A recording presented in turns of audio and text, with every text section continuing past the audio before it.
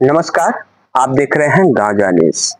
इस वक्त हम मौजूद हैं सरायमीन में और हमारे साथ मौजूद हैं जय किसान आंदोलन के प्रदेश अध्यक्ष राजेंद्र यादव जी।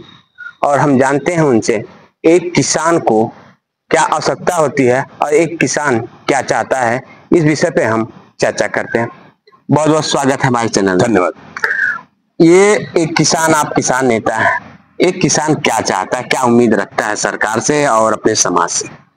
देखिए, हमारी बहुत ही जो हमारे किसान हैं और हम खेती करते हैं और खेती करने के बाद लोगों को जीविकोपार्जन करते हैं। हमारी मुख्य आवश्यकता क्या होती है कि हम भाई खेती कर रहे हैं, लोगों को खिला रहे हैं, मेहनत कर रहे हैं, तो हमारे बच्चे कम से कम कायदे से पढ़ लिख लें। हर माँ बाप चाहता है कि उसके बेटे पढ़ लिख लें।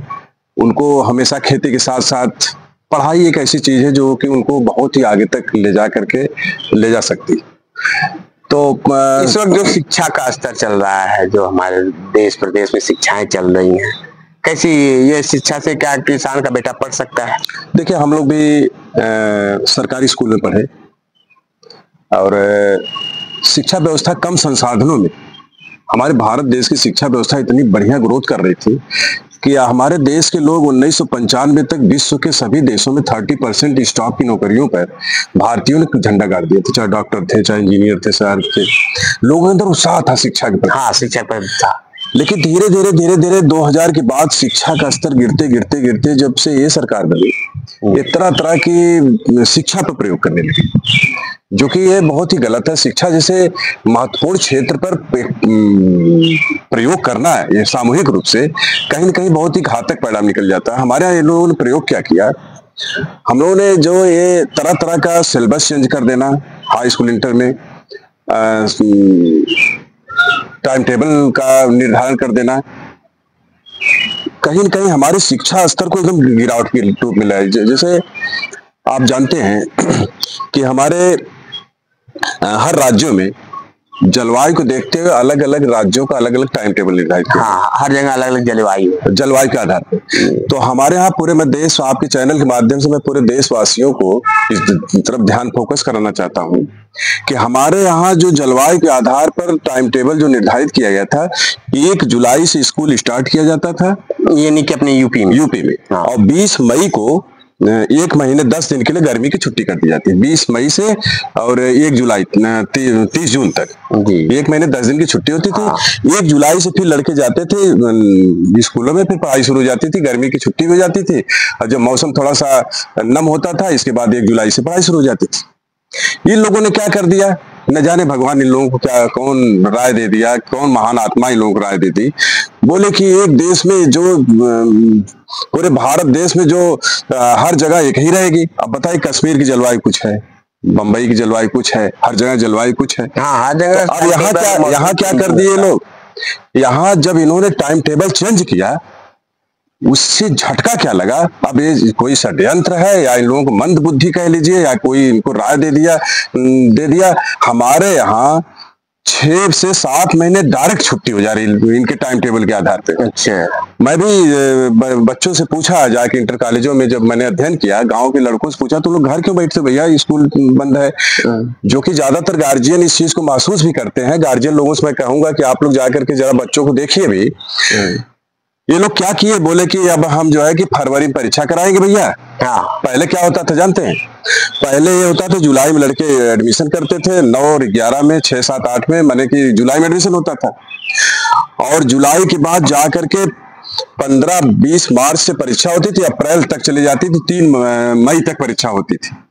इसके बाद मई में क्या होता था, 9 और 11 वालों का एग्जाम हो जाता था, होम एग्जामिनेशन, और 20 तारीख तक, 20 मई तक जाकर के उनको रिजल्ट दे करके 1 महीने की छुट्टी दे दी जाती थी। जो 20 मई से और 30 जून तक जो छुट्टी होती थी, तो उसमें टीचर लोग क्या करते थे, जो 10 और 12 की परीक्षा हुई रहती थी, मार्च अप्रैल वाली, वो जाके कॉपी चेक कर देते थे। इसके बाद उनका रिजल्ट जून में निकल जाता था, फिर वो लड़के जैसे 10 का जून 10-12 निकल जाता था, अगली कक्षा में जुलाई में एडमिशन ले लेते। ये लोगों ने क्या किया, बहुत न जाने क्या इनको समझ में आया, ये लोगों ने क्या किया कि बोले कि नहीं भाई, अब इस तरह काम नहीं चलेगा, अब फरवरी में परीक्षा होगी, अप्रैल टू अप्रैल सत्र चलेगा। अब इसका रिजल्ट क्या आया, कि डायरेक्ट 7 महीना छुट्टी हो गई लड़कों की। यानी कि जो अर्थव्यवस्था का ईयर्स था उसको इन्होंने बना दिया। अब क्या किए ये लोग, करते क्या है, आप जानते हैं हमारे यहाँ जब शीतलहरी पड़ती है तो 20 दिसंबर से लेकर 14 जनवरी तक शीतलहरी के कारण कभी स्कूल खुला कभी बंद रहता है। तो अब लगभग 20 दिसंबर से लेकर के 14 जनवरी तक 20-25 से 15-20 दिन का जो समय होता है छुट्टी में बीत जाता है लड़कों का ऑलरेडी। जैसे ही 15 जनवरी को लड़के खिचड़ी बना करके 14 जनवरी की, और जैसे 15 जनवरी से स्कूल में जाते हैं तो बोलते हैं, ये सरकार क्या बोले, नहीं नहीं नहीं नहीं नहीं, पढ़ाई नहीं होगी, प्री बोर्ड परीक्षा। और 6 विषय को प्रैक्टिकल कर दिए, हिंदी और प्रैक्टिकल, अंग्रेजी और प्रैक्टिकल, गणितीय और प्रैक्टिकल, मैंने हर विषय को प्रैक्टिकल 30 नंबर के कर दिए, लूटने का अड्डा बना दिए। अब क्या होता है कि सारे मास्टर एग्जामिनर बन जाते हैं, इस स्कूल वाले उस स्कूल में, उस स्कूल वाले उस स्कूल में, पढ़ाई बंद। अब होती 6, ये तो लूट होती है पूरा महीने भर खाली प्रैक्टिकल परीक्षा के नाम। तब तक जब प्रैक्टिकल खत्म होता है प्री बोर्ड परीक्षा। अब 9-11 वाले भी बेचारे घर बैठ जाते हैं, प्री बोर्ड परीक्षा के नाम पे 6 दिन लड़कों को बेवजह बुला करके कॉपी में बोल के लिखवाना, ये सब होता है। और जैसे फरवरी आती है, फरवरी बोलते हैं लड़कों पढ़ाई नहीं होगी, जाओ पेपर दे दो। और सरकार एग्जामिनेशन ढोंग क्या करती, मैंने 6 दिन में पूरी परीक्षा ही खत्म करा दिया। अब बताओ 6 दिन 10 वालों की और 5 दिन 12 वालों की, ये परीक्षा करा देते हैं। अब लड़के गए परीक्षा दिए, पहले जानते हैं 11 पेपर होता था, 12 पेपर होता था इसका, 13 पेपर 10 वालों का और 10 पेपर होता था इंटर वालों का। 1 महीना 1.5 महीना परीक्षा चलती थी। जितने लड़के सलिया भर पढ़ते थे उतना 1 महीने में 3-3 4-4 दिन गैप रहता था, पढ़ के जाकर परीक्षा देते थे और मेहनत करते थे। हाँ, मेहनत करते थे, उनको जो पूरा एक बार रिवाइज हो जाती थी। अब क्या 6 दिन में पेपर खत्म। अब समझ लीजिए, मैं पूरा चैलेंज के साथ कहता हूं, आप लोग पूरे उत्तर प्रदेश निवासी हैं, पूरे विश्व में कहीं भी 7 महीना लड़कों की लगातार छुट्टी होती हो तो मुझे बताओ। ये लोग क्या किए अब जान रहे हैं, 20 दिसंबर से लेकर 14 जनवरी तक शीतलहरी भी थी। इसके बाद लड़कों को प्री बोर्ड परीक्षा प्रैक्टिकल के नाम बुझाया गया। इसके बाद 6 दिन पेपर फरवरी में करा के लड़के घर बैठ गए 10-12 वाले। आप समझ लो दिसंबर, जनवरी, फरवरी, मार्च, अप्रैल, मई, जून बीत गया। इस 7 महीने में 10 और 12 वाले पूरे उत्तर प्रदेश में 10 और 12 में जो लड़के पढ़ते हैं मात्र 6 दिन पेपर देने स्कूल में गए, बाकी घर बैठे हुए। और इसके बाद अभी जुलाई में जाएंगे, जब नाम लिखाएंगे पूरा जुलाई 15 जुलाई तक एडमिशन वगैरह होगा। मतलब बताइए कि 7 महीना 15 दिन में मात्र 10 और 12 वाले लड़के स्कूल में पढ़ने मात्र भाई साहब 6 दिन गए, कोई परीक्षा देने गए, वो भी परीक्षा देने के नाम पे गए, पढ़ाई बंद। इसी प्रकार से 9-11 वालों भी बड़ी डिस्टर्ब हो गई। तो ये बहुत ही घातक है। इस शिक्षा नीति में बदलाव, जो हमारा पुराना सिलेबस है, पुराना टाइम टेबल है, पहली बात वो होना चाहिए। दूसरी बात सर, ये लोग बीए में क्या किए, 2-2 बार परीक्षा करा दिए, सेमेस्टर वाइज। जैसे लड़के इंटर पास होते हैं, बीए में नाम लिखाते हैं, जुलाई भर एडमिशन होता है, तब सितंबर जाते जाते परीक्षा। और जब परीक्षा दे लिया, रिजल्ट का लड़के इंतजार करते हैं, फिर जब नाम लिखाते तो फिर परीक्षा। माने पढ़ाई मत करो, खाली परीक्षा दो। सब पढ़ाई ना करने। और 10 और जूनियर हाई स्कूल और प्राइमरी स्कूलों में क्या हुआ, वहां की स्थिति जान ही रहे हैं कि मिड डे में लोग कहते हैं कि भतवा में खाली नमक डाल के पानी डाल करके किसी तरह से खिला देते हैं। जब बताओ जेल जैसा जिसमें सारे अपराधी भरे हुए हैं, वहां जो है भोजन में कटौती कर देते हैं, तो स्कूलों की स्थिति क्या होगी जहां छोटे छोटे बच्चे बेचारे अपनी बात कह भी नहीं सकते, उनको कायदे से न primary junior high school sweater मिलता है। जबकि भारत के संविधान में शिक्षा का अधिकार जो दिया गया है, संविधान की धारा 14 से लेकर 32 तक में एक धारा है शिक्षा का अधिकार, उसमें स्पष्ट लिखा हुआ है कि भारत के संविधान के अनुसार जिसकी भी गवर्नमेंट बनेगी, सबसे पहले वो क्या करेगा, पब्लिक से टैक्स वसूलेगी, टैक्स के वो पैसे से उनको शिक्षा की व्यवस्था करेगी, उनको बिजली की व्यवस्था, प्रकाश की व्यवस्था करेगी, कृषि का डेवलपमेंट करेगी, ये सब जीवन रक्षक आवश्यक। और शिक्षा पे क्या कह दिया गया है कि 14 साल के बच्चों को जिसकी भी सरकार बनेगी निःशुल्क शिक्षा की व्यवस्था गारंटी के साथ करेगी। अगर पराइवेट भी पढ़ने जा रहा है तो टोटल पैसा गवर्नमेंट देगी उसको, छात्रवृत्ति के रूप में। एक भी पैसा गार्जियन का नहीं लगना चाहिए। ये भारत के संविधान में व्यवस्था है। और नहीं तो इनको न जाने कौन राय दे दिया। ये लोग किए क्या कि 10 साल में मेरे भाई कम से कम 10 बार 8 बार तो सिलेबस चेंज कर दी, 1 से लेकर के 12 तक, बीए तक। और सिलेबस चेंज करते करते पहले क्या होता था कि कोई लड़का पढ़ने जाता था तो उसके फूआ का लड़का, उसके अगले कक्षाओं में मामा का लड़का, चाचा का लड़का, गांव का लड़का, अदला बदली करके किताबों को 10-10 साल तक अपना बदल लेते थे। प्रकाशन वाले जो किताब छाप के देते थे, जो बिकती नहीं थी किताबें, वो सोचते थे चलो अगले साल बिक जाएगी। अब ये जब सिलेबस चेंज कर दिए लोग, और कारपोरेट घरानों को प्रकाशन चलवाने की किताब बेचने के लिए कि किताब जब चेंज हो जाएगी तो हमारी किताब धड़ल्ले से बिकेगी, और प्रकाशन वाले धड़ाधड़ करोड़ों अरबों रुपया कमा लिए बेच करके हर साल।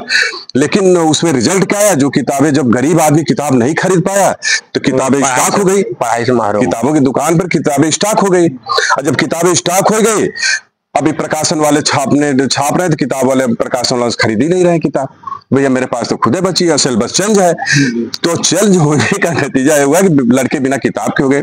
आज की डेट में मेरे भाई 12 से लेके बीए तक, आप किसी गांव में जाकर के, आप पत्रकार बंधु हैं, जाके सर्वे करिए। हम लोग तो सर्वे कर रहे हैं, खुलेआम डंके की चोट कह रहे हैं, 90% माने अधिकतर बच्चों के पास किताबें नहीं, बिना किताब के पढ़ रहे हैं बच्चे। ये शर्म की बात है। जैसे पहले लोग कहते थे अब्राहम लिंकन जी बहुत गरीब थे, अमेरिका के राष्ट्रपति हुए, वो दूसरों से मांग के किताब पढ़ते। यहाँ न मांगने वाले के पास है न देने वाले के पास किताब है, यहाँ किताबें नहीं, बिना किताब के लड़के हो गए। बात सुन रहे? इससे भी हालत अभी मैं सिवली कॉलेज में गया था। सिवली कॉलेज आजमगढ़ का बहुत ही मशहूर कॉलेज है, ईस्ट पूर्वांचल का। मैं भी उसी कॉलेज का स्टूडेंट रहा हूँ। हम लोग जब बीए में नाम लिखाए थे 1993 में, मैं डेट भी बता रहा हूँ। बीए में जब हम गए तो 1993 में सिवली कॉलेज में कंपटीशन हुआ, हम लोगों का एडमिशन हुआ। एडमिशन होते ही वहां अलाउंस हुआ कि भाई जिनको किताब चाहिए आकर के ले सकता है। लाइब्रेरी से कार्ड हम लोग जारी किए, तीनों विषय की किताब हम लोग को मिल गई फ्री में, फ्री ऑफ कास्ट। एशिया की तीसरे नंबर की लाइब्रेरी सिवली कॉलेज में, वहां किताबें लड़कों को नहीं खरीदनी पड़ती थी। किताबें हम लोग इशू हो गई, फिर पढ़े। जब परीक्षा खत्म हुई, ले जाके वो किताब दिए, दूसरे क्लास के हमको इशू हो गई, तीसरे क्लास हम लोग किताब नहीं खरीदना पड़ा। एक दिन हम सिवली कॉलेज में गए थे भाई साहब, वहां के बाबू, उधर चले जाओ बाबू, उधर मोबाइल आ रहा था। हम सिवली कॉलेज में गए थे तो एक बाबू बोले कि राजेश भाई आइए। वहां पर कई कमरों में किताबें भरी हुई, जिल्द बना बना करके, बीए की, एमए की, बीएमएससी की, बीएससी की, सब किताबें रखी हुई। बोले कि राजेश भाई देख रहे हैं किताबें, इसको हम लोग ना जला सकते, न फेंक सकते, न बेच सकते, ये सब कूड़ा हो गई है। माने कि सिलेबस चेंज होगा, कोई इसको ले नहीं रहा है। बात समझ रहे नहीं? लड़के बिना किताब के पढ़ रहे हैं। तो ये शिक्षा के लिए भारत सरकार ने और भारत के जो शिक्षाविद हैं, अपने आप को बनते हैं, शिक्षा जैसे पवित्र क्षेत्र को इन लोगों ने समाप्त करने की कगार पे पहुंचा दिया। अभी एक चीज और आ रही है सामने, स्कूलों को मर्जिंग की व्यवस्था। उत्तर प्रदेश सरकार ने 5000 स्कूलों को मर्जिंग की व्यवस्था की है, यहाँ पे बच्चे 50 से कम है। वहीं अभी कुछ दिन पहले, 2 दिन पहले अध्यापकों ने धरना भी दिया। कुछ अध्यापकों ने कहा कि जापान जैसे टेक्नोलॉजिकल देश में भी एक बच्चे के लिए पूरा स्कूल खुला रहता है और दूर तक बस जाती है। तो ऐसे में हमारे यहाँ की जो सरकारें 5000 मर्जिंग कर रहे हैं, इस पे क्या कहना चाहेंगे? बच्चों के लिए क्या कहते हैं? देखिए, ये न्यूज हम भी पढ़े। सरकार कह रही है कि जिन स्कूलों में उत्तर प्रदेश में 50 बच्चे से कम है, वो स्कूल के बंद करके उन स्कूल के बच्चों को दूसरे स्कूल में हम मर्ज कर देंगे, नाम लिखा देंगे। इन लोगों को शर्म आनी चाहिए कि 50 बच्चे जहां कम हैं, अगर 5000, लगभग 5000 विद्यालयों को बंद करने का इनका प्लान है। इन लोगों को शर्म आनी चाहिए कि क्या कारण है कि 50 बच्चे से कम स्कूल 5000 में न है बच्चे। इसका मतलब है कि तुम शिक्षा उनको सही नहीं दे रहे हो, अभी न उनको समय से किताब दे पा रहे हो। मैंने एक दिन जा रहा था तो एक कक्षा 3 में बच्चा था, उसे मैं बुलाया, मैं कहा भाई तुम्हारे पास बेटा किताब मिली है? कहा हाँ। मैं कहा दिखाओ। तो जब किताब उसका निकाला तो एक किताब कक्षा 5 की थी, एक कक्षा 4 की थी, एक कक्षा 2 की थी, एक 3 की। मैं कहा क्यों बेटा ऐसा? कहा मैडम यही दी है। मैं कहा ऐसा क्यों? जब मैडम लोग पूछे तो कहा साहब इस साल किताब ये नहीं आई, छपी नहीं थी। तो हम लोग को क्या करें, घर के गार्जियन परेशान करेंगे, इसलिए हम लोग उनका किताबिया भरी रहे झोलवा, इसलिए दे दिए है। ये हालत है प्राइमरी स्कूलों की। मेरी बात समझ रहे? तो जब ये आप किताब नहीं दे पा रहे उनको, किताब ना देने का कारण है क्या? आप सिलेबस, बड़े बड़े जो कंपनियां हैं किताब छापती, उनको पैसा कमाने के लिए, टेंडरिंग के लिए, आप उनकी किताब छपवाने के लिए आप हर साल सिलेबस चेंज कर दे रहे हो। जब ये किताबें आके स्टॉक हो जा रही हैं, जब बच्चों को माने कि दुकान वाले किताब नहीं रख रहे हैं, तो पता चले कि किताब प्रकाशन वाले भी छापना बंद कर दे रहे हैं। समय से आप किताब नहीं दे पा रहे हो। नंबर 1, कायदे से भोजन नहीं दे पा रहे हो। भोजन में जैसे तैसे उनको भोजन मिल रहा है, उनको स्वेटर नहीं दे पा रहे हो बच्चों को जो कपड़ा मिलना चाहिए। तो जब आप नहीं दे पा रहे हो प्राइमरी जूनियर हाई स्कूल में, तो गार्जियन भी इतना बेवकूफ तो है नहीं। वो कहता है यार जब यहाँ पर न उनको किताब मिल रही है, न पढ़ाई मिल रही है, न व्यवस्था मिल रही है, तो प्राइवेट स्कूल में कर दे रहे हैं। जब प्राइवेट में कर रहे हैं तो 50 नहीं 5 बच्चे बच सकते हैं। यानी आपका टोटली कहने का मतलब है सरकार प्राइवेट स्कूलों को बढ़ावा देना चाहती है और सरकारी स्कूलों को बंद करना चाहती है। अरे अगर बढ़ावा नहीं तो वो तो चाह रहे हैं कि सरकारी स्कूल सब बंद हो जाए, हमें जो भी पैसा टैक्स दे रही है वो लूटे। आप जानते हैं 1 फरवरी 25 को भारत सरकार का बजट 50,68,000 करोड़ का आया है और राज्य सरकार का बजट आया है 8,08,000 करोड़। बजट हमारे टैक्स के पैसे चलते हैं। हम डीजल भराते हैं, पेट्रोल लेते हैं, खाना खाते हैं, जूता चप्पल खरीदते हैं, सब पे टैक्स देते हैं। तो 50,68,000 करोड़ रुपया केंद्र सरकार को टैक्स का पैसा गया, उसी बजट बना। बजट मतलब आय व्यय जी, जितनी इनकम हो उतना व्यय करना है। और राज्य सरकार पास 8,08,000 करोड़, उससे इनको फर्स्ट काम करना शिक्षा व्यवस्था हमारी दुरुस्त करें, हर बच्चा पढ़ ले, क्योंकि पढ़ने के बाद ही देश विदेश में जाकर के अपनी स्थिति कायम कर सकता है। अनपढ़ आदमी क्या कर सकता है बेचारा। वो कहते हैं पकौड़ा तलना भी रोजगार है, तो पकौड़ा तलने के अलावा वो चाहे कि हम इंजीनियर बन जाए, टेक्नीशियन बन जाए, डॉक्टर बन जाए, बिना पढ़ लिखे बन जाएंगे क्या। अच्छा ये अमीर बच्चे क्या कर रहे हैं, अमीरों के बच्चे वो तो अपनी भाई हाई क्वालिटी टेक्नोलॉजी, उनके पास किताबें हैं, वो जाकर के बड़ी बड़ी कोचिंगों में नाम लिखा रहे, वो तो पढ़ ले रहे हैं। और हमारे जो आम जनता है, वो किसान, जो आपने कहा कि किसान को क्या चाहिए, हमको क्या चाहिए भैया, अस्पतालों में कायदे से हमारा इलाज हो जाए, हमारे बच्चों का, हमारा, हमें शिक्षा मिल जाए, 2 जून की रोटी मिल जाए, हम लोग इतने में खुश हैं। लेकिन जब तुम शिक्षा भी नहीं दे सकते, अभी कह दो कि जिन सरकारी अस्पतालों में 50 पेशेंट से कम जा रहे हैं अस्पताल बंद कर दो।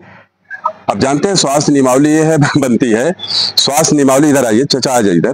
स्वास्थ्य नियमावली ये कहती है कि जहां पर भी सरकारी अस्पताल खोले जाएंगे वहां पर स्टाफ, डॉक्टर, नर्स जितने भी हैं, वहां कमरे बनेंगे सरकारी, उस कमरे में रहेंगे और रहने के बाद वहां 24 घंटे सेवा करेंगे। अगर 2 बजे 8 बजे से 2 बजे तक उनकी ड्यूटी है तो 2 बजे ड्यूटी खत्म होती है, फिर भी वो कमरा छोड़ के नहीं जाएंगे। अगर रात में 12 बजे भी कोई पेशेंट आ रहा है तो उसका भी इलाज करेंगे, सेवा करेंगे। इसके लिए उनको नॉन प्रैक्टिस अलाउंस मिलता है, उनको रोगी कल्याण निधि मिलती है कि अगर कोई अस्पताल में दवाई नहीं है तो उन रजिस्टर्ड मेडिकल हॉल से लाई जाए, रोगी को दी जाए, पैसा उनको नहीं लगना चाहिए, ये व्यवस्था है। लेकिन ये सब पैसा सब लूट पाट के भ्रष्टाचार में भेंट चढ़ जा रही है और डॉक्टर लोग क्या कर रहे हैं, चले जा रहे हैं प्राइवेट प्रैक्टिस कर रहे हैं और यहाँ सरकारी अस्पताल वाले मरीजों को ले जाकर प्राइवेट में भर्ती कर दे रहे हैं कि चलो भैया वहां लूटे खाएं, इस अस्पताल में कोई जाने की जरूरत नहीं। कितने तो डॉक्टर मेरे भाई महीनों अस्पताल में जाइए नहीं करते हैं। फार्मासिस्ट और जो है कि जो चपरासी है, जो ये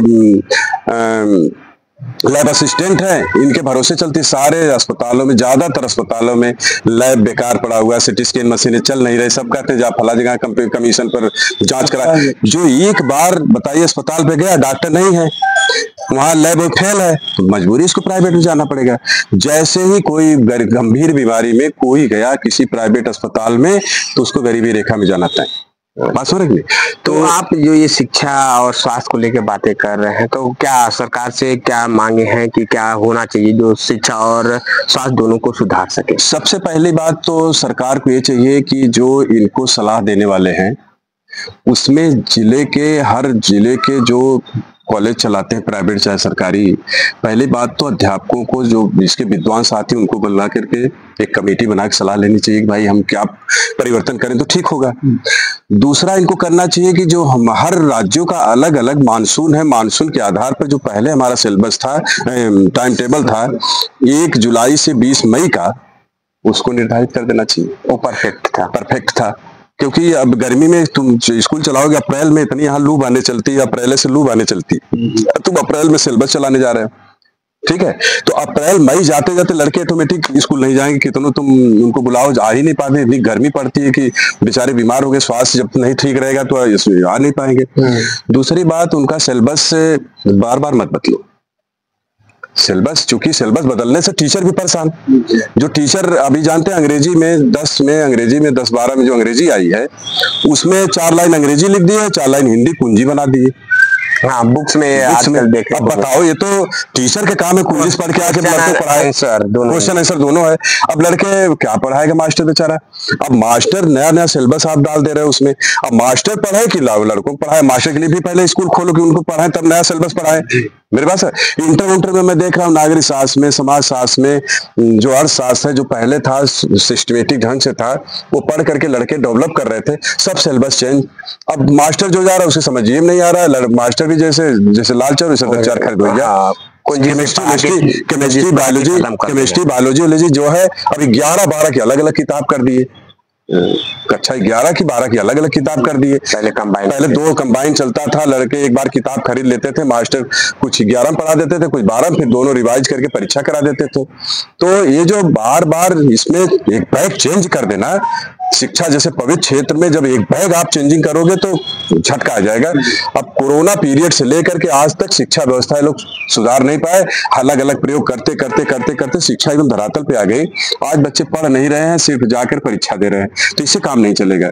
ये हम लोगों को किसान की हैसियत से आपने पूछा कि आपको क्या चाहिए, भैया हमारे बच्चों को आप इलाज की व्यवस्था कर दो अस्पतालों में, हमारे बच्चों को पढ़ाई की व्यवस्था कर दो, हमें रोजगार की तो तुम्हारी जिम्मेदारी है, ये जब पढ़ लिख लेंगे बेचारे तो रोजगार भी प्राप्त कर लेंगे, हम खेती से लोगों को खिला रहे हैं तो कम से कम हमारी ये व्यवस्था तो शिक्षा जरूरी है।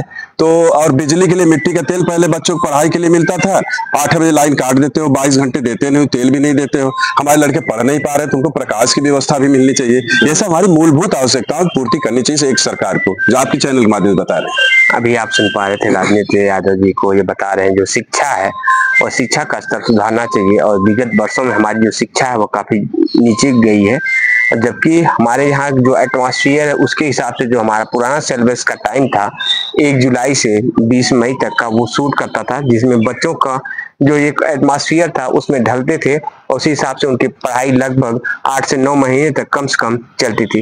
लेकिन जो आज का करंट समय है वो हमारे समय के हिसाब से, जो एटमॉस्फेयर है उसके हिसाब से नहीं है, जिसे 6 से 7 महीने बच्चों को घर पे छुट्टी के तौर पर बितानी पड़ती है, जो कि आने वाले समय के लिए अच्छी बात नहीं है, बच्चों के भविष्य के लिए अच्छी बात नहीं है।